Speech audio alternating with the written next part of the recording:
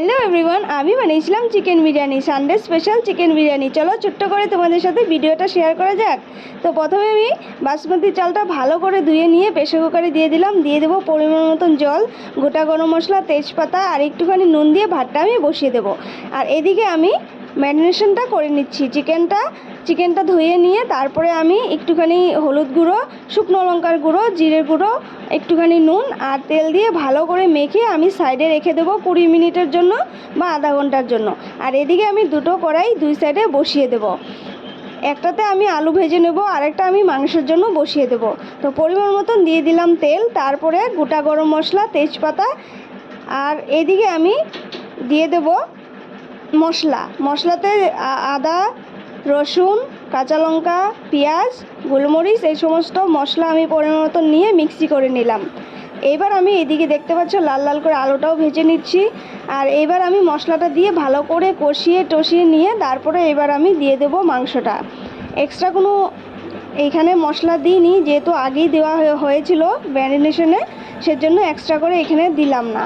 পরিমাণ মতো নুন দিয়ে তারপরে যতক্ষণ পারো কষিয়ে নাও। আর এদিকে আমি কষানো প্রায় হয়ে এসছে, তো আবারও আমি ঢেকে কষিয়ে নেব। আর এইবার আমি আলুটা আর বেরেস্তাটা ভেজে নেব। আলুটা তো আগেই ভাজা হয়ে গেছিলো, তারপরে আমি বেরেস্তাটা বানিয়ে পেঁয়াজটাকে ভালো করে লাল লাল করে ভেজে নিয়ে এবার আমি প্রেসার কুকারে লেয়ার করব। প্রথমেই দেখতে পেলে আমি ঘি দিলাম, ঘি দিয়ে ভালো করে প্রেসার কুকারটা মাখিয়ে নিয়ে তেজপাতা দিয়ে একটা লেয়ার আমি ভাত দিয়ে দিলাম। ভাত দেওয়ার পরে চিকেনটা দিয়ে দিলাম সুন্দর করে সাজিয়ে, তার উপরে আবারও ভাত দিয়ে এবার আমি দেখো পেঁয়াজ বা বেরেস্তাটা আর আলু, ডিম, বিরিয়ানি মশলা এই সমস্ত কিছু দিয়ে নেব। আর অবশ্যই চিনি। আর আমার কাছে গোলাপ জল আর কেওড়া জলটা ছিল না, তার জন্য আর দিইনি, তোমরা চাইলে দিতে পারো। তো আবারও আমি ভাত চাপা দিয়ে এইভাবে আমি দুটো লেয়ার করে নিয়ে প্রেসার কুকারে 5 থেকে 6 মিনিটের জন্য বসিয়ে দিয়েছি। আর এই যে দেখতে পাচ্ছ আমার বিরিয়ানি রেডি। গন্ধটা যা বেরিয়েছিল না, দারুণ গন্ধ। তো আমার তো দারুণ লেগেছে বিরিয়ানিটা। তোমাদের যদি ভালো লাগে অবশ্যই ঘরে বানিয়ে খেও।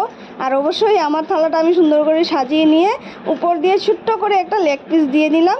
তো কেমন লাগলো আজকের চিকেন বিরিয়ানির রেসিপিটা? যদি ভালো লাগে সাপোর্ট করো, আর ভালো লাগলে লাইক, কমেন্ট, শেয়ার অবশ্যই করবে। আর যেতে যেতে সাবস্ক্রাইবটা অবশ্যই করে দিয়ে যাবে। তো এবার আমি চিকেন বিরিয়ানিটা বানিয়েছি, টেস্ট করা যাক।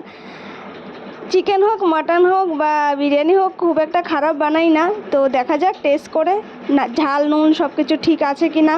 তো প্রথমেই তো আমি একটা গরস বানাচ্ছি, তো সেখানে দিলাম ডিম, চিকেন, আলু সমস্ত দিয়ে আমি এবার মুখে পরে নেব। দারুণ হয়েছিল। সাথে তো লেগ পিসটা আমি নিয়েইছিলাম, তো খেয়ে দেখি তো দারুণ হয়েছে। তো ভালো লাগলে অবশ্যই সাপোর্টটা করে দিয়ে যেও। আর নেক্সট ভিডিওতে অবশ্যই দেখা হচ্ছে। টাটা, ভালো থেকো আর ভালো ভালো রান্না করো।